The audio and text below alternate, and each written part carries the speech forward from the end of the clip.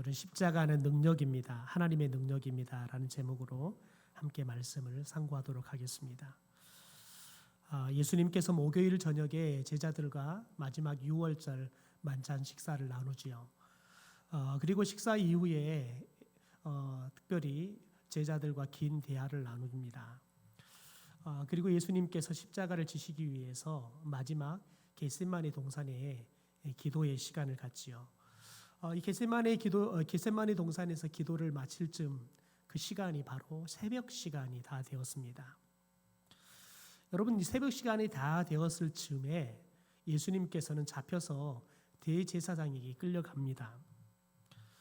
그리고는 제사장, 그리고 빌라도, 헤롯 왕, 또다시 빌라도에게 이렇게 이리저리 끌려다니면서 여러분 보냈던 시간이 이 새벽부터 아침이 되는 시간, 그러니까 기껏 해봤다 한 2-3시간 되는 시간 동안 이 사람 저 사람에게 끌려다니면서 예수님께서 고초를 당하시죠.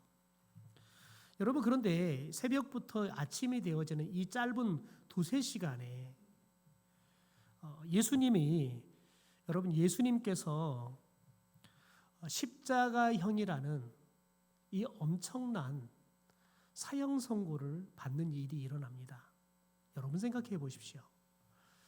어떤 법정이 새벽에 열리겠습니까? 더군다나 한 사람의 생명을 좌지우지하는, 그것도 가장 극악무도한 사형 제도였던 이 십자가형을 언도하는데 여러분 어떻게 2-3시간이라는 이 짧은 시간 동안 이런 일들이 일어날 수 있겠습니까?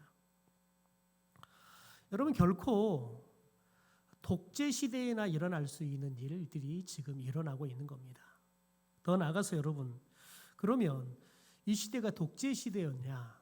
여러분, 말씀을 오늘 자세히 보면 식민지 시대이기 때문에 독재 시대보다 더 악독한 독재 시대인 것처럼 느껴지지만 또 그런 분위기는 아닌 것을 우리가 보게 되어집니다. 그러니까 시대적인 배경으로 봤을 때 겨우 2-3시간, 그 짧은 시간에 한 사람의 목숨이 여러분 죽느냐 사느냐가 결정되어지는 일이 벌어진다는 것은 있을 수가 없는 일이라는 겁니다. 여러분, 그런데 왜 예수님은 이런 있을 수 없는 일들을 통해서 십자가에 죽는, 여러분 그런 고초를 당하고 십자가에서 죽는 그런 참혹한 사형형을 받으셔야 했냐는 거예요. 여러분, 이것은 하나님의 계획하심과 허락하심이 있었기 때문에 가능한 겁니다. 하나님의 계획하심과 허락하심이 있지 않으면 날아가는 참새 한 마리도 떨어뜨릴 수 없습니다. 여러분, 그런데 하물며 하나님의 아들이신 예수 그리스도가 가장 불공정한 재판을 통해서, 그것도 여러분 신문한 결과와 그리고 재판의 결과는 완전히 정반대로 나버리는, 결코 말이 되지 않는 여러분 그런 십자가형의 언도를 받고 죽는 일이 여러분 가능한 이유는 하나님께서 계획하신 일이었고 하나님께서 허락하신 일이었기 때문에 가능했다는 겁니다. 여러분, 십자가 이 사형을 선고를 내리는 빌라도가 마지막까지 자기 자존심을 지키고 있는 것을 봅니다. 아니, 어떻게 보면 자신의 변명을 하려고 예수님의 십자가 위에 여러분 특별히 제패를 뭐라고 쓰냐면 유대인의 왕 이렇게 씁니다. 여러분, 그런데 유대인의 왕이라는 이 제패의 내용 때문에 특별히 오늘 말씀에 보면 빌라도와 그리고 대제사장 사이에 여러분 보이지 않는 실갱이가 벌어지고 그 속에서 이들의 참 비겁한 모습들이 적나라하게 드러나고 있는 것을 봅니다. 여러분, 특별히 오늘 말씀으로 다시 돌아가 볼까요? 19절에 빌라도가 패를 써서 십자가에 붙였다. 내용이 뭐냐면 나사렛 예수 유대인의 왕이라 이렇게 기록을 했다는 거예요. 나사렛 예수 유대인의 왕. 그러니까 유대인의 왕 나사렛 예수 이렇게 기록했단 말이지요. 여러분, 그런데 이렇게 기록을 했는데 보니까 히브리 말로도 로마 말로도 헬라어 말로로, 그러니까 이때 당시 유대에 있는 예루살렘에 있는 모든 사람들이 다 볼 수 있도록 그렇게 썼다는 겁니다. 여러분 왜 그럴까요? 이 십자가형은 빌라도가 자신의 이름을 걸고 내리는 사형 선고입니다. 그러니까 빌라도는 자신의 책임감이 따르는 겁니다. 그러니까 모든 사람들에게 분명하게 왜 제 사람이 저렇게 사형의 틀에 못 박혀서 죽느냐. 여러분 그 이유가 납득이 돼야 돼요. 여러분 그런데 그 제패 안에 보니까 자신을 유대인의 왕이라 썼다는 거죠. 여러분 유대인의 왕이 어디 있어요? 유대인들은 이미 나라를 빼앗겨 버리고 식민지의 백성들인데요. 왕은 결코 있을 수 없죠. 로마의 황제만 존재할 뿐이지요. 여러분 그러니까 자신이 유대인의 왕이다라고 주장했다는 거예요. 그러니까 저 사람은 반란을 일으켜서 죽는 거라는 거예요. 그런데 빌라도는 자신이 예수를 사형 선고하는데 십자가형을 내리는데 자신의 이 사형 선고가 정당하다는 것들을 사람들에게 여러분 공개적으로 밝히기 위해서 예수님의 제패에다가 유대인의 왕이다 이렇게 쓴 겁니다. 여러분 그런데 이 모습, 이 제패를 보고 특별히 21절에 보면 유대인의 대제사장들이 빌라도에게 이렇게 말해요. 유대인의 왕이라고 쓰지 말고 자칭 유대인의 왕으로 써라 라고 이야기해요. 그러니까 우리가 유대인의 왕으로 인정한 게 아니라 자기 스스로 나는 유대인의 왕이라고 주장했다고 써라는 거예요. 여러분이 왜 그럴까요? 여러분 이 말 속에 빌라도가 예수님을 유대인의 왕이다 제패를 쓴 것과 또 그 모습, 그 제패를 보고 대제사장들이 야 그렇게 쓰지 말고 그 유대인의 왕 앞에다가 자칭이라는 말을 넣어라. 여러분 이렇게 주장합니다. 그런데 빌라도는 이 사람들의 말을 거부하지요. 그래서 22절에 보면 이렇게 말합니다. 빌라도가 대답하되 내가 쓸 것을 썼다. 그리고 나는 이 사람을 십자가에다가 못 박아 죽는 이 사형을 선고하는 데 있어서 나는 정당한 법적인 조치를 취하는 것이다 라고 주장하는 겁니다. 여러분 그런데 왜 대제사장들은 거기다 자칭이라는 말을 써라는 걸까요? 여러분 여기에는 특별히 빌라도는 유대인의 왕이라는 여러분 제패를 써서 나는 정당하게 이 사형 선고를 집행한다라는 것을 주장하지만 이 속에 어떤 것도 담겨 있냐면 나는 이 사람의 죄가 없다는 사실들을 이미 밝혔고 너희들에게도 내가 이야기했다. 그런데 유대인 대제사장인 바리새인 서기관인 너희들의 요구에 의해서 나는 너희들의 말을 따라서 나는 이 사람을 사형 선고를 내린 것뿐이다.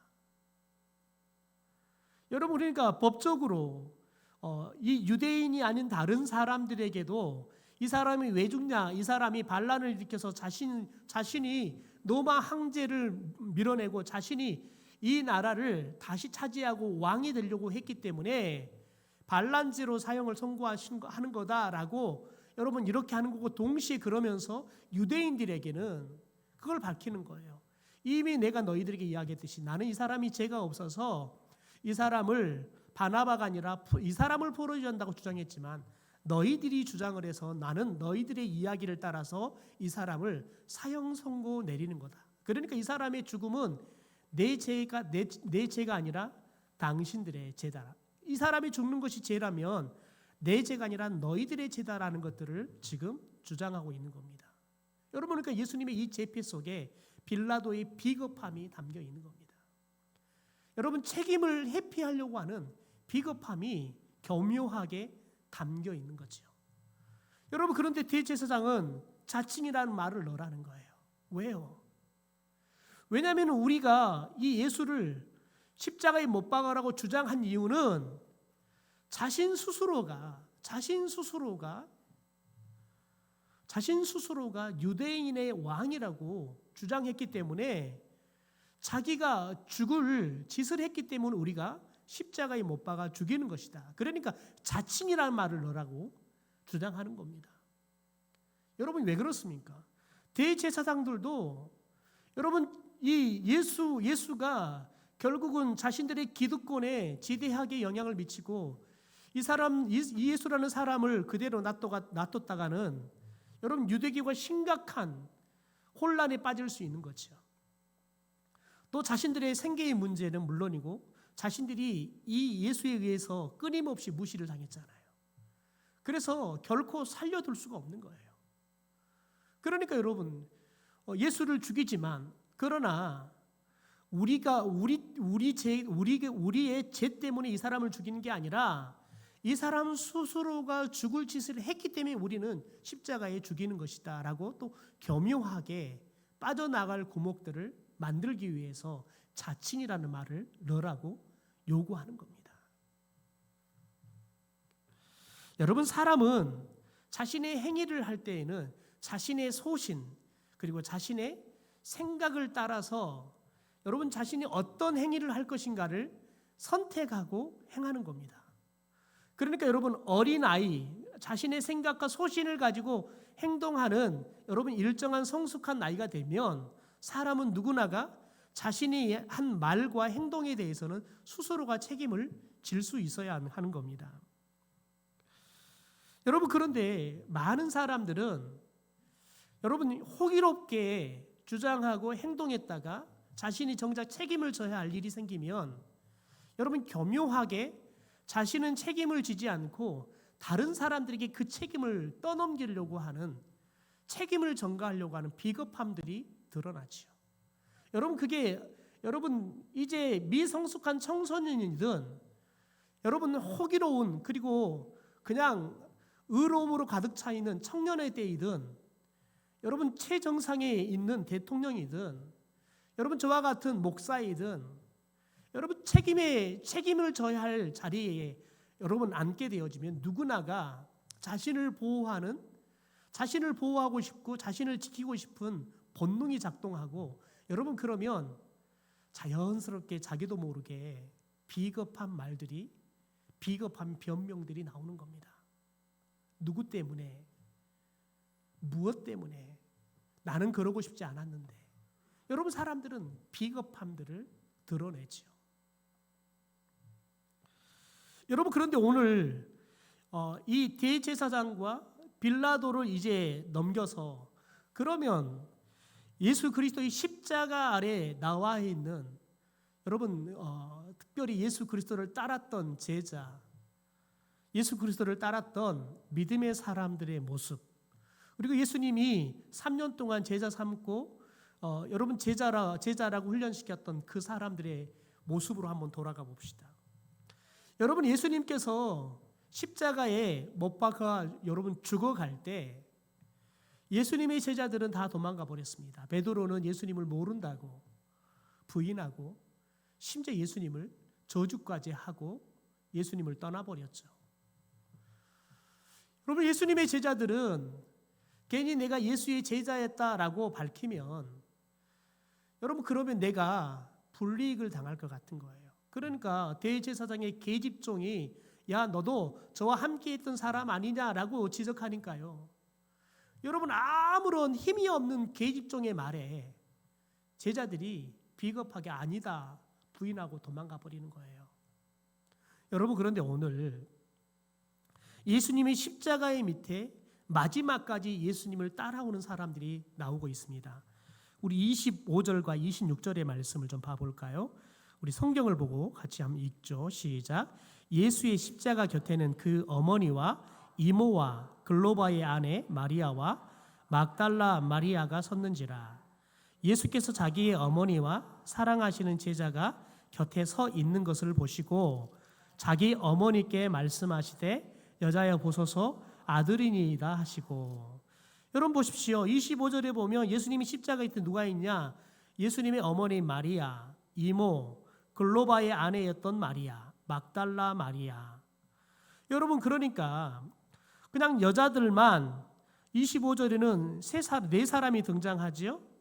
그리고 26절에 이르면 유일한 남자이자 유일한 제자가 등장합니다.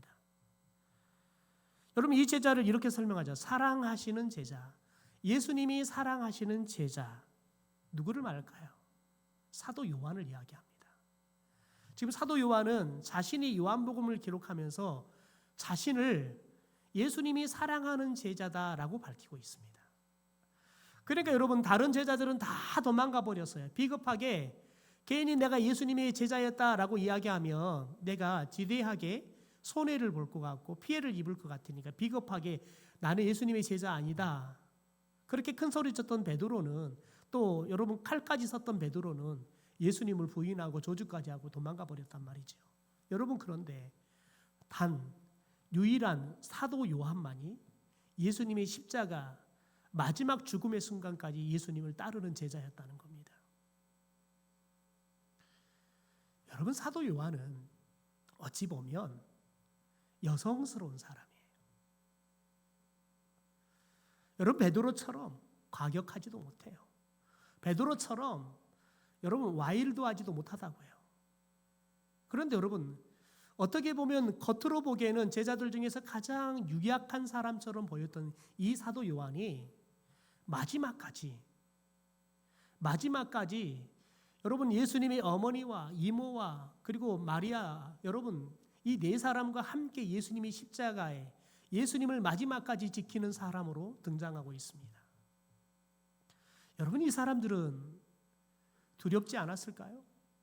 이 사람들은 괜히 내가 예수를 안다고 이야기했다가 따라올 이 불이익에 대해서 여러분 염려가 없었을까요?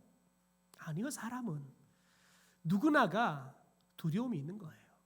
여러분 누구나가 사자 앞에서는 다 두려운 거예요. 여러분 똑같이 다른 10명의 제자들과 똑같이 사도 요한도 두려움이 있었어요. 염려가 있었다고요. 그런데 여러분 그는 비겁함을 선택하지 않았어요. 예수의 제자라는 여러분 당당한 삶의 태도를 선택하고 예수 그리스도를 마지막 십자가에 죽는 마지막 순간까지 따르는 삶을 선택했다고요. 여러분 저와 여러분이 삶을 살아갈 때 우리는 끊임없이 당당함과 비겁함 사이에서 끊임없이 우리는 흔들리는 인생을 살 수밖에 없습니다. 그게 인생이에요. 여러분 천하의 독립운동가들도 대부분이 여러분 그들이 형장의 이슬로 죽어갈 때는 두려웠다잖아요. 저는 보네포라는 신학자를 매우 좋아합니다.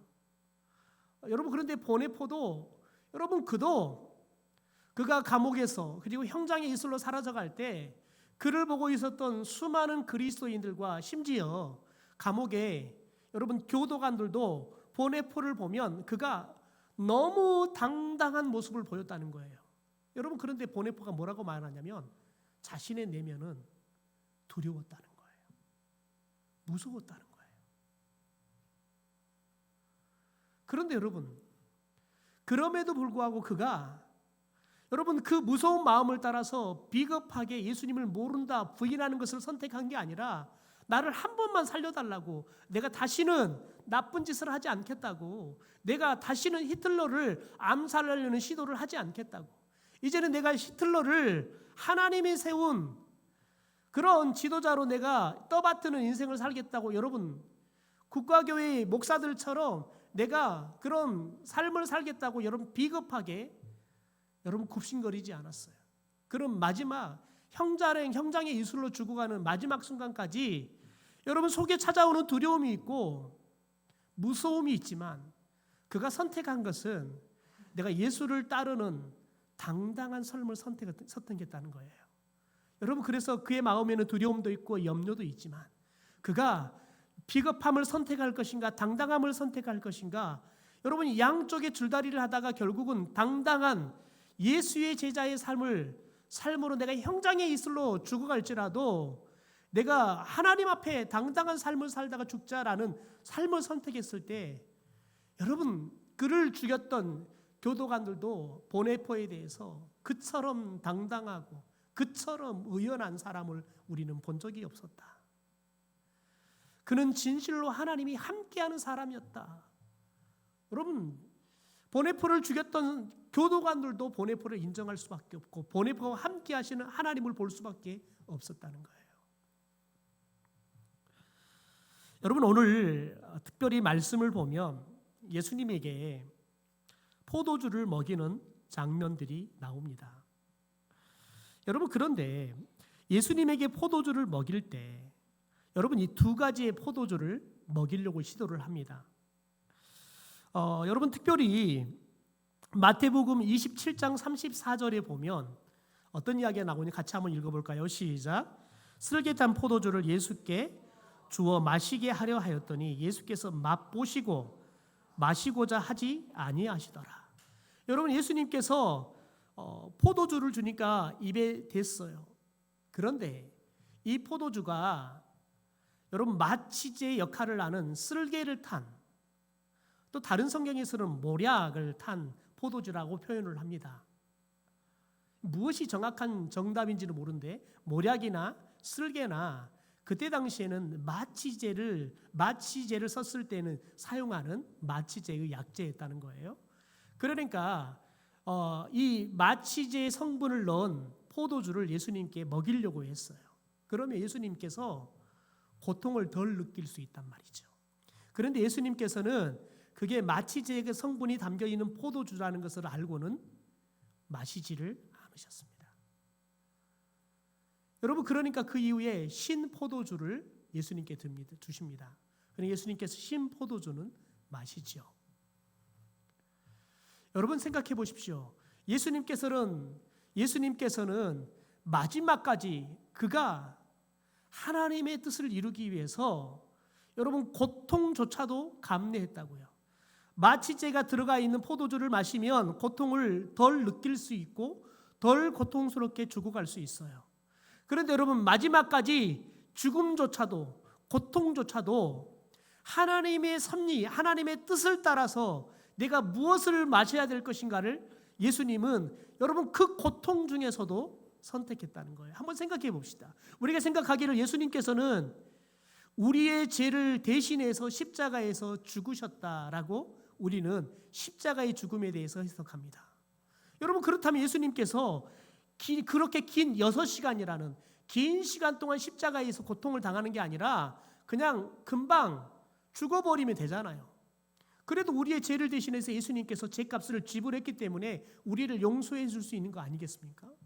그런데 왜 하나님은 예수님을 십자가에서 바로 죽이지 않고 수많은 사람들이 십자가형을 받아가면서 죽어갈 때 여러분 그 십자가의 고통이 너무 고통스러워서 심장이 터져서 사람들이 십자가에서 여러분 얼마 잊지 못하고 죽어간대요.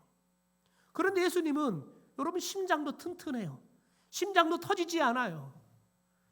여러분 쇼크사로 예수님은 죽지도 않아요. 심지어 여러분 피가 어느 정도 빠져가면 여러분 의식을 잃어버려요. 그런데 예수님은 피는 물론이고 몸 안에 있는 모든 물을 다 쏟아내요. 그리고 여러분 예수님께서는 그리고 난 다음에 다 이루었다 말씀하시고 돌아가세요. 왜 하나님은 예수 그리스도를 여러분 그렇게 6시간이라는 아니 그 이전에 예수님께서는 채찍에 맞으면서 온몸이 살점이 떨어져 나가고 여러분 그 떨어져 나가면서 피가 철철 흐르면서 예수님이 십자가 앞에 나갔을 때는 이미 온몸이 피로 범벅이 돼 있었습니다. 예수님이 여러분 피를 너무 가다출혈 하셔서 이미 여러분 정신이 혼미한 상황입니다. 왜 그런데도 무려 6시간이라는 그 긴 시간 동안 십자가 위에서 예수님께서 고통을 당하시면서 죽게 했냐는 거예요. 왜냐하면 여러분 하나님께서는 우리에게 예수님을 통해서 우리의 죄로 인해서 우리가 죽을 수밖에 없는 그 사망을 대신해서 이 사망의 값을 지불하게 하실 뿐만 아니라 우리가 죄를 지었을 때 이 죄로 인해서 찾아오는 그 고통이 있는 거예요.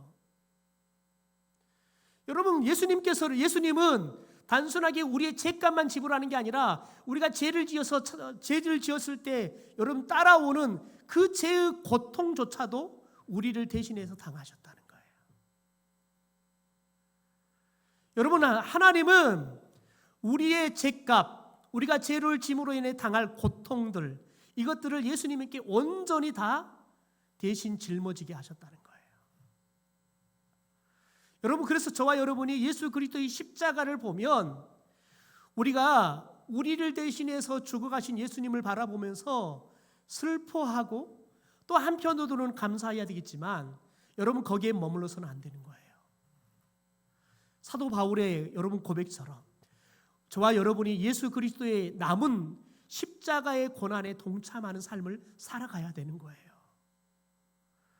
여러분, 우리가 예수의 제자로 살아간다는 것은 여러분 내 자신을 부인하는 거예요. 그래서 여러분 나는 죽고 내 안에 누가 사는 거예요? 예수로 살아가는 거예요. 동시에 여러분, 저와 여러분이 하나님이 내게 주신 자기의 십자가를 지고 예수님을 따라가야 되는 거예요. 여러분, 십자가를 지고 따라간다는 말은 뭘 말하는 걸까요? 여러분, 십자가는 죽음을 의미하는 거예요. 여러분, 우리들이 끊임없이 사도 바울처럼 나는 죽고 내 안에 이제 예수로 삽니다라고 고백하지만 끊임없이 내 안에 내가 다시 살아나는 거예요. 여러분, 그럴 때마다 사도 바울처럼 우리들이 쳐서 복종시키는 거지요. 여러분, 쳐서 복종시킨다는 건 뭐예요? 내 안에 다시 꿈틀거리는 나의 죄성은 쳐서 죽이고 내 안에 살아 역사하시는 여러분 성령에 민감하게 반응하면서 그분이 원하시는 길을 가는 거지요. 그분이 원하시는 당당함을 선택하는 거지요. 여러분, 그럴 때 저와 여러분을 통해서 예수 그리스도의 여러분 십자가가 예수 그리스도의 구원이 완성이 되어져 가는 거예요. 여러분, 저와 여러분이 십자가의 고난을 당하지 않고 저와 여러분이 십자가 위에 죽지 않고 생명은 살아날 수 없어요. 여러분, 구원은 일어나지 않아요. 예수 그리스도의 몸인 이 교회는 세워지지 않아요. 여러분, 교회는 예수 그리스도의 몸은 십자가의 죽으심으로 여러분 완전히 죽으심으로 다시 하나님께서 부활시키심으로 교회가 된 거예요. 그러니까 여러분, 예수 그리스도의 교회는 어떻게 세워지냐면 반드시 우리들이 여러분 나는 죽이고 예수로 살아가는 여러분 부활의 소망을 가진 성도들이 여러분 죽고 부활의 소망을 온전히 가진 성도들이 교회를 세워가는 거예요.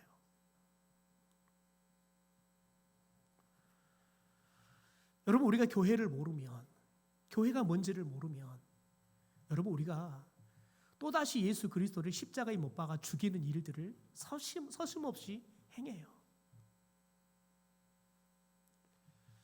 여러분, 교회는 건물도 아니에요. 우리들이 교회는 여러분 사람이다라고 말하는데 엄격히 이야기하면 사람이 아니라 예수 그리스도예요. 여러분, 그래서 저와 여러분이 여러분 늘 예수 그리스도 안에 머무는 삶을 살아가야지만 우리 교회가 진정한 교회가 되는 거예요. 여러분, 한번 생각해 보십시오. 오늘 예수님을 3년 동안 따르면서 예수님의 말씀을 듣고 예수님의 기적을 경험하고 못 알아먹으면 가해까지 받았던 제자들이 여러분, 그들이 왜 예수님이 십자가를 지키지 못하고 다 예수님을 부인하고 도망가 버렸습니까? 왜냐하면 그들 앞에 비겁함과 당당함을 선택해야 할 상황이 왔을 때 그들은 비겁함을 선택했기 때문에 그렇습니다. 손해를 보지 않고 여러분 내가 살기 위해서 비겁한 힘을 선택했기 때문에 다 도망가 버린 거예요. 그러나 사도 요한은 여러분 그가 내가 손해 볼지라도 내가 죽을지라도 나는 예수 그리스도의 제자로 예수 그리스도를 따르고 예수 그리스도와 함께하는 삶을 당당하게 선택하니까요. 오늘 예수님께서 그에게 아주 위대한 사명을 맡겨주십니다. 여러분, 오늘 말씀으로 볼까요? 26절이 그렇게 말합니다. 여러분, 사랑하는 제자가 곁에 서 있는 것을 보시고 자기 어머니께 마리아에게 이렇게 말씀합니다. 여자여 보소서 아들이니이다. 예수님께서 이제 죽으면 이제 아들로서 역할을 해줄 수 없어요. 그러니까 이제 자신의 어머니 마리아를 위해서 이 사도 요한을 이제 당신의 아들이다. 여러분 이렇게 대리의 아들이 되게 예수님께서 맺어주는 거지요. 그러면서 이 사도 요한에게 27절에 이렇게 말합니다. 보라 내 어머니라. 이렇게 말을 해요. 여러분 예수님께서 마지막까지 여러분 예수님께서 하나님의 아들로 오셨지만 동시에 인간의 몸을 입고 오셨어요. 그래서 인간의 몸을 입고 오셔서 자신의 육신의 어머니 마리아에게 마지막까지 아들로서의 역할들을 여러분 감당하기 위해서 여러분 마지막까지 비겁함이 아니라 당당함을 선택하고 자신을 쫓았던 여러분 이 사도 요한에게 자신의 어머니를 내 대신 맡아서 어머니를 좀 보살펴 달라고 여러분 예수 그리스도가 감당했던 아들의 사명을 맡겨주는 거예요. 여러분 그러니까 어떤 일들이 일어납니까? 그때부터 그 제자가 자기 집에 예수님의 어머니 마리아를 모시고 살았다고 성경은 기록해요. 여러분 생각해 보세요. 사도 요한이 왜 이것을 굳이 성경에 기록해서 이것을 우리에게 오늘 읽게 하는 걸까요?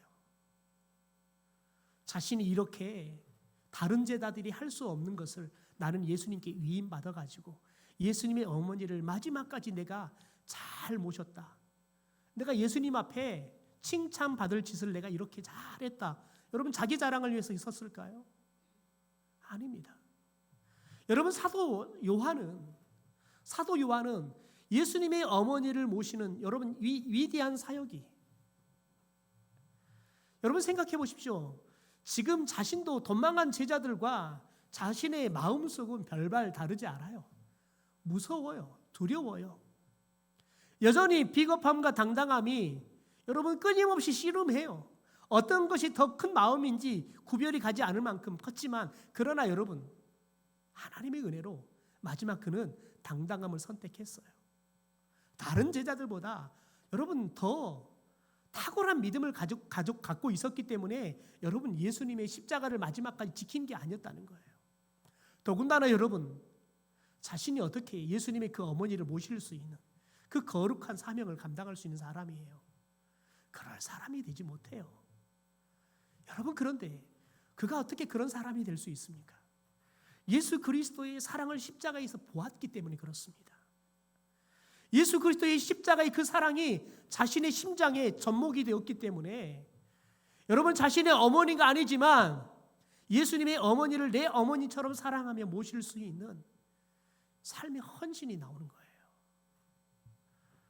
여러분 우리가 예수님의 그 십자가 위에서 마지막까지 나를 위해서 그분이 나의 죄로 인해서 내가 당해야 할 고통을 당하시고 내가 죽어야 할 죽음을 당하시면서 나를 사랑하시고 나를 구원하신 그 사랑을 경험하고 그 사랑이 자신의 심장에 여러분 접목이 되니까요. 예수님의 그 위대한 사명을 감당하고 예수님의 어머니를 마지막까지 자신의 집에서 잘 모실 수 있는 사명을 감당하는 사람이 된 거지요. 여러분 저와 여러분이 인생을 살아가면서 끊임없이 우리는 선택의 기로에 섭니다. 여러분 오늘 예수님께서 여러분 우술초에 발라서 주는 포도주를 여러분 그가 잠깐 입에 대지요. 여러분 한번 생각해 보십시오. 우술초라는 것은 갈대를 말하는 겁니다. 갈대는 흔들리는 거예요. 여러분 그런데 여러분 갈대는 흔들릴지라도 꺾이지는 않아요. 흔들릴지라도 자신의 삶을 도도하게 지켜나가는 게 갈대예요. 여러분 저와 여러분의 인생이 끊임없이 비겁함과 당당함 사이에 흔들리는 갈대와 같은 인생을 살아갈 거예요. 그러나 여러분 우리들이 알아야 돼요. 우리 안에 예수 그리스도의 심장이 있다면 여러분 흔들리는 갈대일지라도 결코 당당한 연약한 갈대의 인생을 여러분 우리들이 살게 될 줄 믿습니다. 더 나아가 그럴 때 여러분 우리가 유약하게 보이고 그럼에도 불구하고 꿋꿋하게 갈대처럼 여러분 그 예수 그리스도 앞에 당당한 우리의 믿음의 모습을 우리가 지켜갈 때 예수님께서 우리에게 예수 그리스도의 위대한 사명이었던 마리아를 돌볼 수 있는 이 시대의 사명을 우리에게 주실 줄 믿습니다. 여러분, 우리 교회 가운데 우리 교회가 여러분 예수님 앞에서 우리가 때로는 흔들리고 연약함을 보일 수 있어요.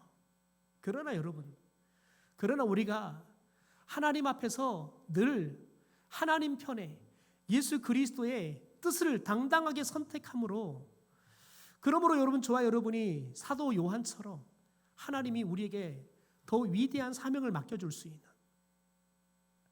예수님의 그 위대한 사명을, 예수님만이 감당할 수 있는 그 위대한 사명을 여러분 사도 요한에게 맡겼듯이 우리에게 맡겨주시는, 또 우리 교회에게 맡겨주시는 그런 놀라운 은혜가 우리 가운데 기름 부어줄 줄 믿습니다.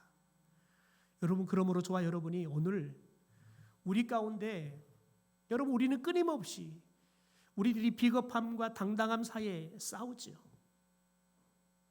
여러분, 우리가 기도할 것은 하나님, 우리가 주님 나라 갈 때까지 이 비겁한 마음과 당당한 마음이 끊임없이 우리를 괴롭히겠지만, 그러나 주님, 우리가 사도 요한처럼 비겁함이 아니라 당당함을 선택하고, 그게 고통이지만 하나님의 뜻이라면 고통을 선택하고, 우리가 기꺼이 나를 부인하고 주님이 내게 주신 그 십자가를 지고 주님을 따라가는 제자의 삶을 살게 하옵소서. 이 기도가 이 시간 우리 가운데 드려지는 그런 은혜가 있게 되기를 소망합니다.